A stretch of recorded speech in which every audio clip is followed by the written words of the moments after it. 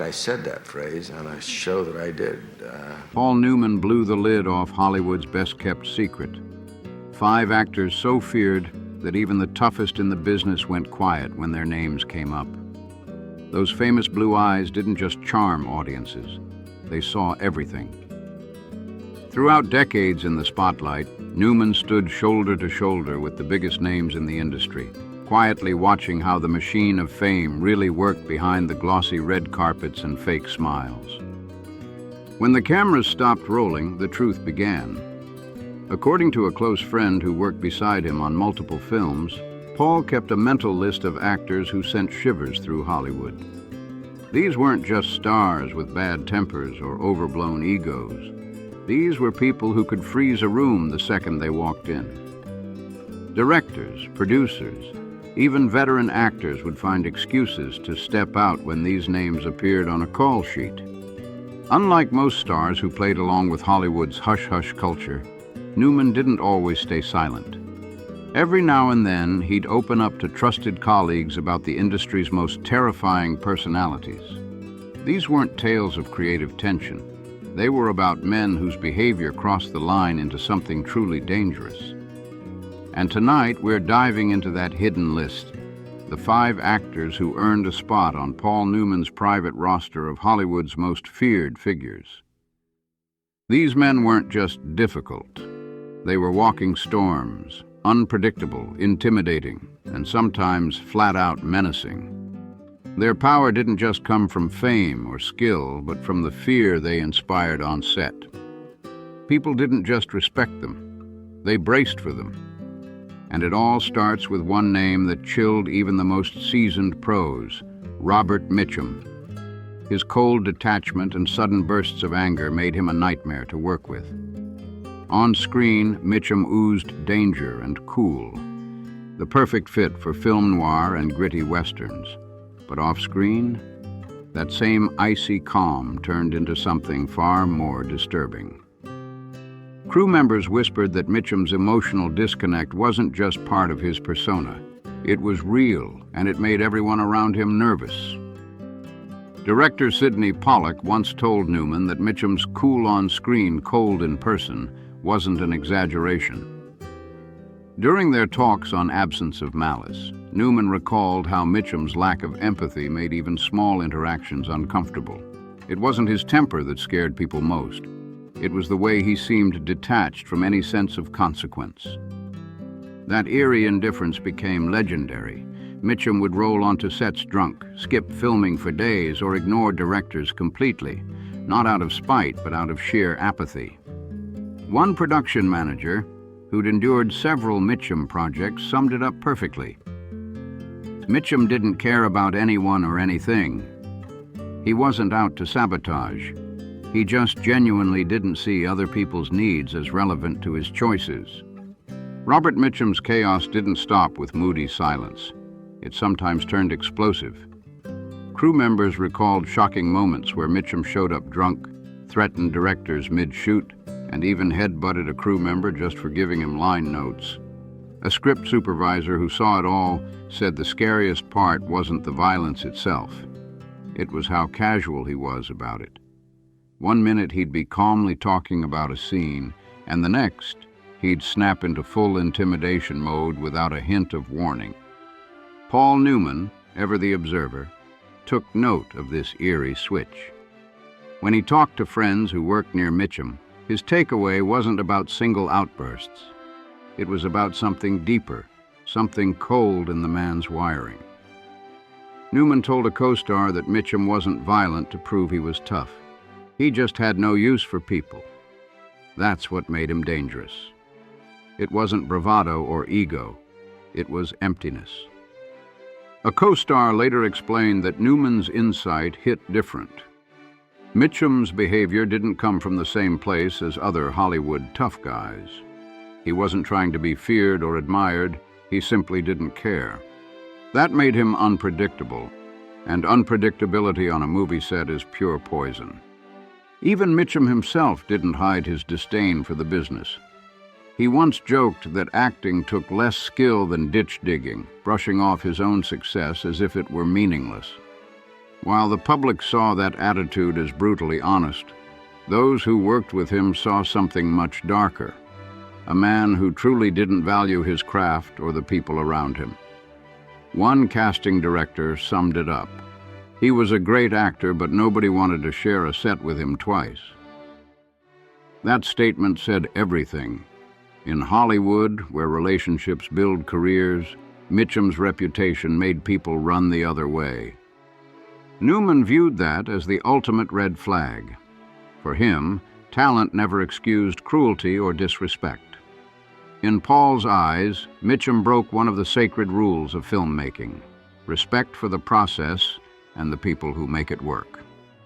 Mitchum's indifference didn't just make sets uncomfortable. It ripped the teamwork right out of the art form itself. But if Mitchum was a walking storm of detachment, the next man on Newman's secret list was something else entirely: Wallace Beery. Unlike Mitchum's cold unpredictability, Beery's terror came from something calculated, something mean. His cruelty wasn't random. It was targeted. Beery, a Golden Age icon beloved for his gruff but lovable screen persona, hid a very different man behind the camera. Newman's reflections on Beery described a darkness that felt deliberate. A film historian who studied Newman's rare Hollywood confessions once said, "Paul saw Beery as one of the most dangerous men to ever hold a starring role. And it wasn't because of fights or outbursts. It was because of how systematic his cruelty was.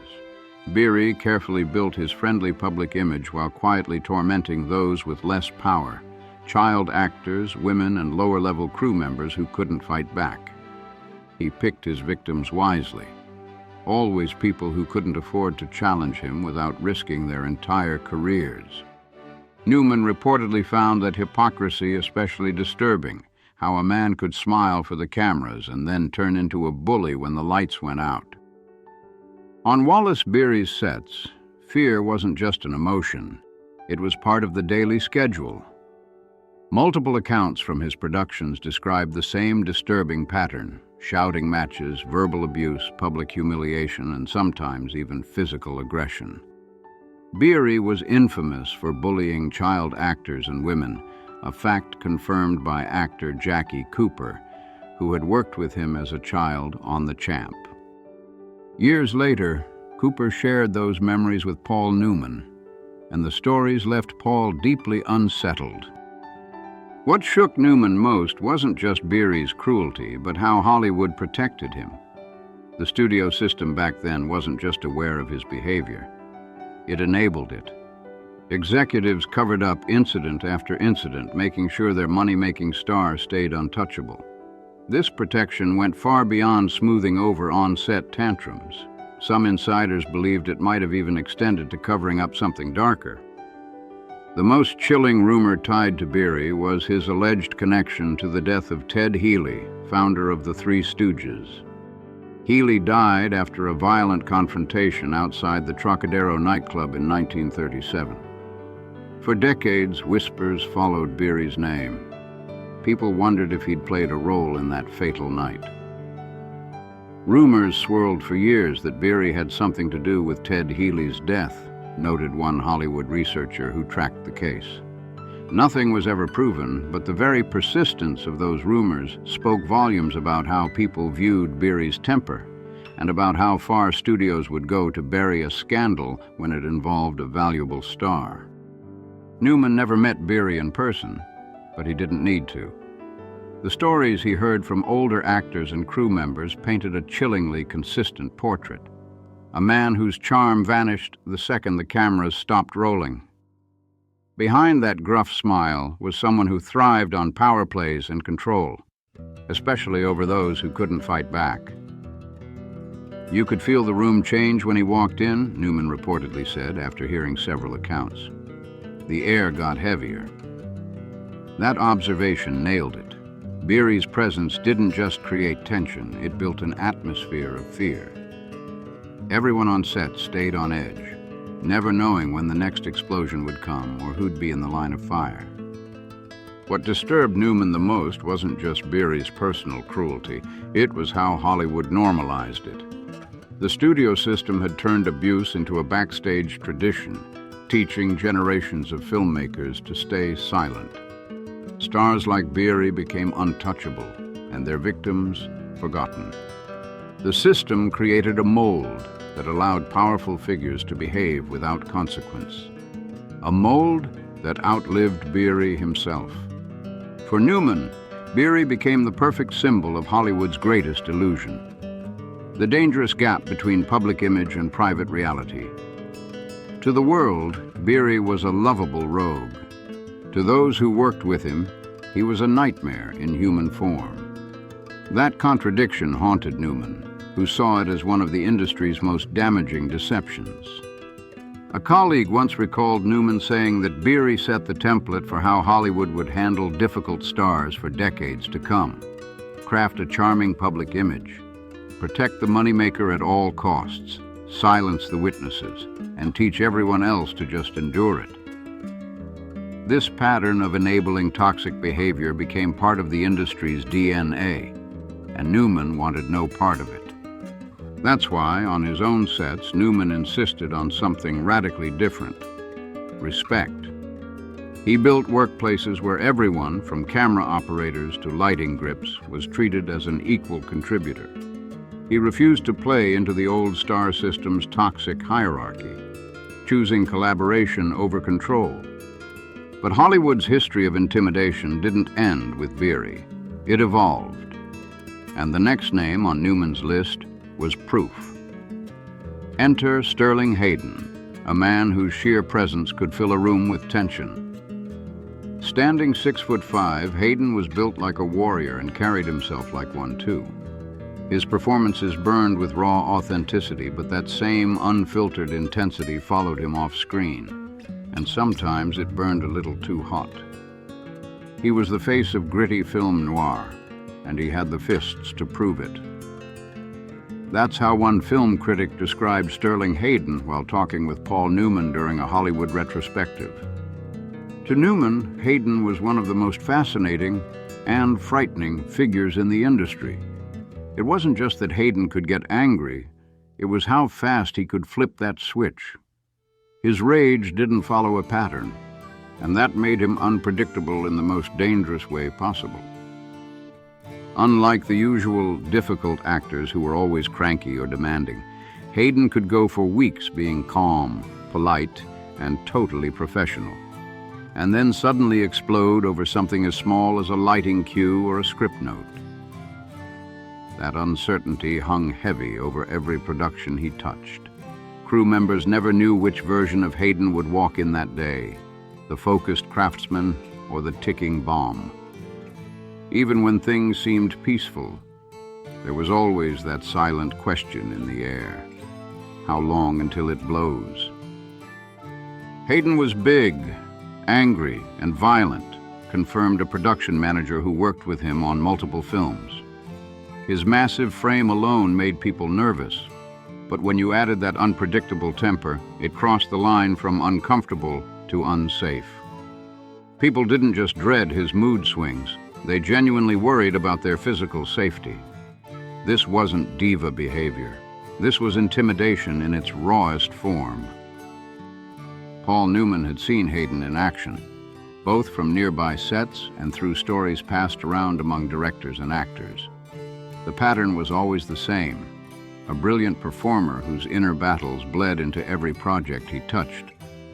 He had two settings, brooding and explosive, Newman reportedly told a co-star after watching Hayden clash with a producer.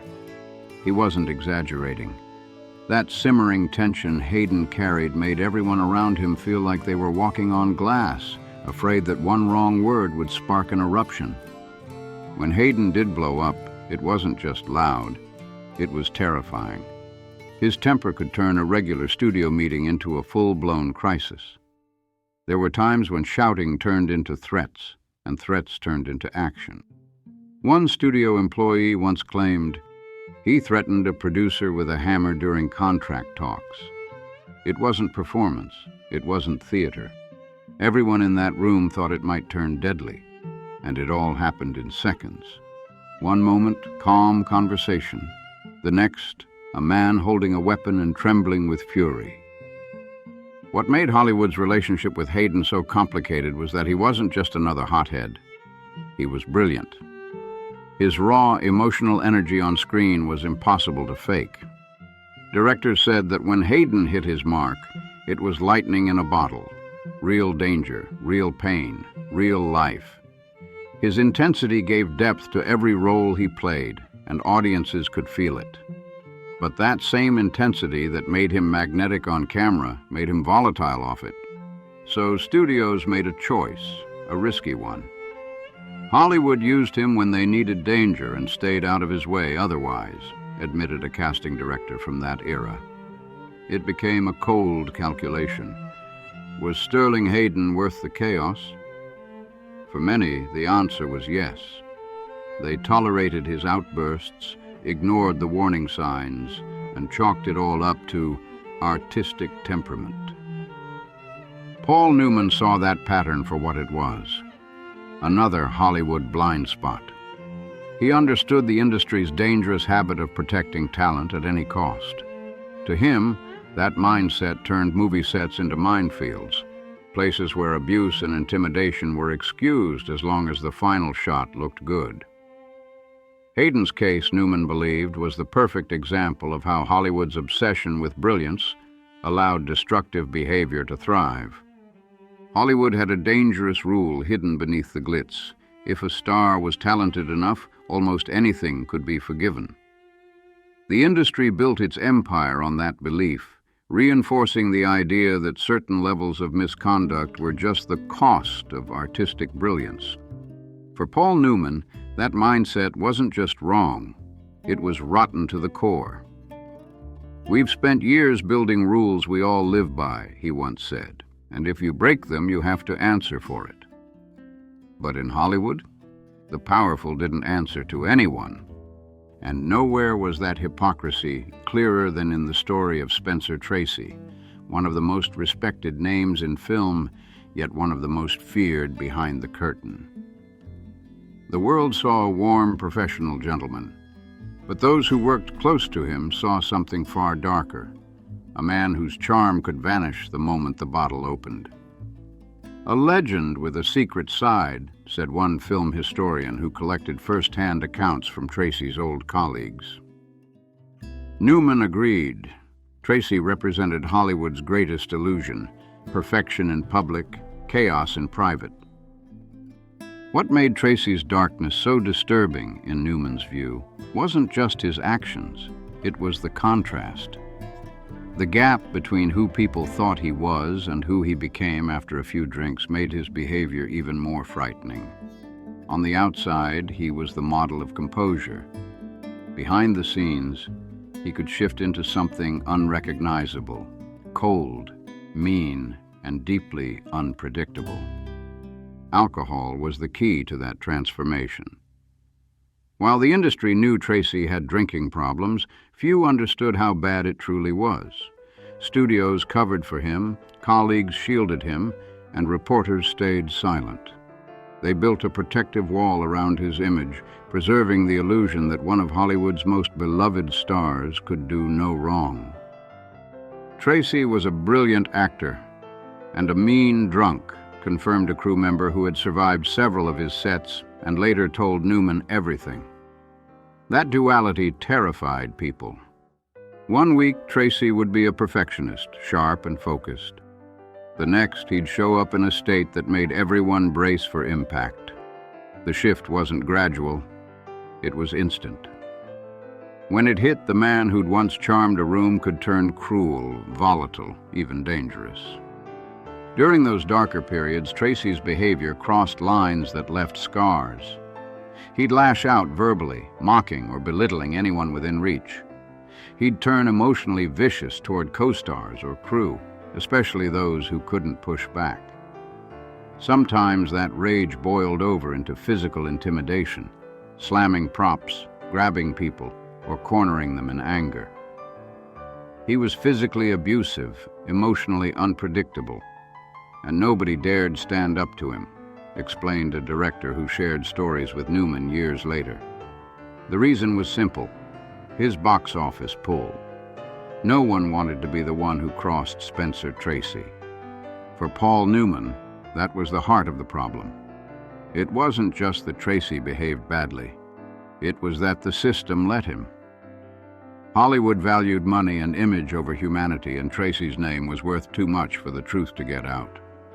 Those who might have spoken up stayed silent, afraid of being blacklisted or branded difficult. The fear around Tracy didn't just protect him, it suffocated everyone else. Newman's own feelings toward Tracy were complicated. He admired the man's raw talent, the precision, the emotional depth, the effortless power on screen. He even studied Tracy's performances to sharpen his own craft. But admiration didn't erase reality. Newman saw him as both a genius and a warning, proof of how Hollywood's obsession with fame could twist morality. He was incredible, Newman once told a friend, but people were scared of what he'd say and terrified of what he'd do. That single line captured the contradiction perfectly. Spencer Tracy, the beloved icon of integrity and strength, was also the living example of how the industry protected its most profitable stars at any cost. Hollywood's system of protection didn't just shield stars like Spencer Tracy, it bent reality around them. Studios went to astonishing lengths to cover up his behavior. Production schedules were built around his good days, and entire teams were assigned just to manage his moods. The machine didn't fix the problem, it worked around it. A veteran producer once revealed, the studios built buffer zones around Tracy. They picked crew members who specialized in handling difficult stars, people who knew how to stay calm, stay quiet, and keep the cameras rolling no matter what. When Tracy was sober and sharp in the mornings, they'd cram in the hardest scenes. By afternoon, when the drinking might kick in, they'd switch to easier setups or send him home early under the excuse of creative rest. Everything, from call sheets to marketing, was designed to keep his image intact. Publicity teams worked just as hard to polish the illusion. To the outside world, Tracy was the dependable, no-nonsense professional, Hollywood's moral compass. Behind that image, though, was a man the studios had quietly learned to manage rather than confront. His flaws weren't just hidden, they were scheduled around. That's what disgusted Paul Newman the most.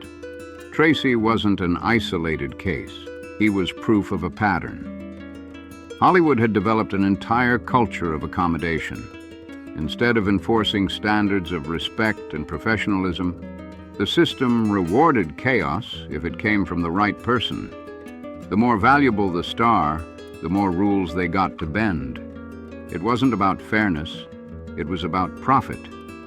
Newman once described it as being this close to your dreams and watching them brush past you like a stranger in a crowd. He'd seen good, hard-working people pushed aside because they refused to play along, while the powerful got entire productions built around their whims. And no one embodied that cold, calculated power better than Burt Lancaster. If Robert Mitchum represented pure indifference and Spencer Tracy hid darkness behind charm, Burt Lancaster was the master of control. His power wasn't chaotic, it was precise. Lancaster didn't explode like a bomb. He moved like a chess player, always 10 steps ahead. He smiled for the cameras, one director told Newman, but behind closed doors, he was a control freak with a fuse shorter than a cigarette. What made Lancaster so intimidating wasn't rage, it was strategy. He never needed to raise his voice to get what he wanted. He just understood exactly where to press, who to call, and how to make the walls close in without ever lifting a finger. Lancaster's background shaped that edge. Before Hollywood, he'd been a circus acrobat and a World War II veteran, a man who'd lived real danger before he ever faced a movie camera. That experience gave him a commanding confidence, both physical and mental. He entered the film industry as a grown man who already understood power, and he wasn't about to let anyone else define his limits. He could make or break you with one phone call, And he knew it, said a producer who'd been on the receiving end of Lancaster's influence. Burt studied Hollywood's hierarchy like a map. He knew which executives held the keys, who they answered to, and what their weaknesses were. Then he used that knowledge like a weapon. Unlike the loud, unpredictable stars of his generation, Lancaster's control was subtle. He didn't need tantrums or threats. He operated in whispers. He'd take a producer to lunch, make one carefully worded comment, and walk away knowing things would shift in his favor. When Burt wanted something, it happened. Not because people feared his temper, but because they feared his reach. Newman said he never yelled. He didn't have to, recalled a colleague who discussed the two men's very different styles. Everyone already knew the cost of crossing him. That quiet dominance made Lancaster one of the most powerful and quietly feared figures of his era.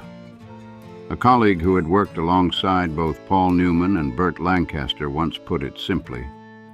Burt's power came from how efficient his fear was. He didn't waste energy on yelling or tantrums. He didn't have to. Everyone already knew he could make life very difficult if you crossed him, and that quiet awareness was enough to keep entire productions in line. That was Lancaster's genius, the precision of his control. He didn't rule through chaos like Mitchum or Hayden. He ruled through order. His sets ran like clockwork, not because people loved his leadership, but because no one dared to disrupt it. Every scene, every camera move, every edit, it all happened according to his vision. Titles and authority meant nothing when Burt was around. Directors, writers, even studio executives, they all learned to walk carefully when Lancaster was in charge. A screenwriter who worked with him later recalled, Burt could take over a production without ever raising his voice. That was the scariest part. He'd start by asking thoughtful questions, suggesting a few minor adjustments. Before anyone realized what was happening, the whole film had shifted toward his direction. Directors would end up executing his vision, believing it was their own. Writers would watch their scripts subtly rewritten through endless collaborations that somehow always landed on Burt's preferred version. Newman had seen that power play up close. He respected Lancaster's intelligence and immense talent, but he couldn't ignore the unease that followed him. He wasn't the loudest, Newman once remarked, but he was the most feared. People didn't tremble because Lancaster might explode. They trembled because he didn't need to. His calm confidence said everything. I control what happens here. Someone who was present during a tense production meeting between the two actors remembered how Paul studied him carefully. Newman understood exactly what made Burt so effective, the witness said. It wasn't about shouting or threats. It was his surgical precision, knowing exactly what pressure point to hit and when. Lancaster played Hollywood like a chessboard, and everyone else was just a piece moving under his control. What fascinated and unsettled Newman most about Lancaster wasn't just his strategy. It was his understanding of the entire Hollywood machine. Burt knew every gear, every hidden wire. He understood not only how films were made, but how power was made. He could map out who held influence, who was vulnerable, and how to shift both in his favor. Whether it was a producer's ego, a director's ambition, or a studio's fear of bad press, Burt always knew the exact string to pull. That mastery made him one of Hollywood's most quietly dangerous figures, not because he broke rules, but because he wrote new ones. Newman saw him as a symbol of how power, once fully understood, could shape an entire system around one person's will. When Sidney Pollack, one of Newman's closest creative allies, talked with Paul about Hollywood's darker side, he noted how these 5 men each embodied a unique form of corruption. Mitchum ruled through indifference, Pollack said. Beery through cruelty, Hayden through volatility, Tracy through deception, and Lancaster through control. Together they formed a complete picture of how Hollywood allowed brilliance to twist into dominance, Paul agreed. He often said that how a person handles power reveals who they truly are. And these men, in his eyes, showed what happens when fame and talent grow unchecked, when success becomes a shield against consequence. But Newman refused to let that pattern define him. As his own fame skyrocketed, he made a conscious decision to do the opposite of what those men had done. He used his influence to protect, not to pressure. On his sets, respect wasn't optional, it was standard. Crew members weren't invisible workers, they were collaborators. And instead of surrounding himself with enablers, he built teams who felt safe speaking up. Paul Newman proved that real greatness didn't need fear to survive. He showed the world that success didn't require tolerating or enabling harmful behavior. A producer who worked with him in the 1980s once said, "Paul wasn't just judging others, he was setting a new example." He had seen an entire generation of Hollywood stars abuse their power, and he made a conscious choice to break that pattern. To him, being a leading man didn't mean being untouchable, it meant leading with respect. What made Newman's stance so powerful wasn't just his words, but his consistency. Unlike so many critics who demanded high standards but never lived by them, Paul walked the talk. Whether you were a co-star, a lighting tech, or a catering assistant, you got the same level of respect from him. That wasn't for show, it was who he was. And maybe the most revealing thing of all? A film historian once noted, "The most telling thing about Newman's list of feared actors is that he never appeared on anyone else's." In an industry where difficult behavior was often excused, glamorized, or even celebrated as artistic passion, Newman stood as living proof that you could be powerful without being poisonous. Paul built his legacy not just on film roles, but on the culture he created around him. He turned Hollywood's old model upside down, proving that lasting success could be achieved through kindness, accountability, and collaboration. He didn't demand special treatment or expect the world to bend around him. Instead, he used his influence to create working spaces where everyone could thrive. That's what made Newman's example so revolutionary. He wasn't just a movie star, he was a blueprint for a better kind of leadership. His actions quietly taught a generation of actors that star power didn't have to corrupt, it could elevate. His sets weren't ruled by fear, they were fueled by mutual respect. And that attitude reshaped how people thought about professionalism in an industry long defined by ego and entitlement. The deeper lesson in Newman's reflections isn't just about those 5 feared men. It's about the system that allowed them to exist. It exposed how studios once prioritized profit over decency, how fame created invisible shields that let bad behavior thrive, and how those patterns repeated for decades. Each new generation learned the wrong lessons, that talent excused everything. Newman's legacy challenged that idea head-on. By confronting the darker side of Hollywood history, Paul helped light a new path, one that balanced ambition with integrity, artistry with empathy. His life became proof that true power doesn't come from intimidation or manipulation. It comes from character. Even today, his message still hits hard. The same conversations about accountability, power, and respect that Newman raised decades ago continue to echo across the industry. His insight reminds us that progress in entertainment isn't just about better technology or bigger budgets. It's about how we treat the people who make it all happen. So as we close this deep dive into Paul Newman's hidden list of Hollywood's most feared men, remember, his story isn't just about them. It's about us, about how we continue to learn from the past and demand something better from the present. If you found this story eye-opening, don't forget to hit that like button. Drop your thoughts in the comments. Which of these revelations shocked you the most? And what other hidden truths of classic Hollywood do you want us to uncover next? Make sure to subscribe so you don't miss our next exploration into the untold stories behind fame, power, and the real people who built Hollywood's golden image. Thanks for watching, and see you in the next video.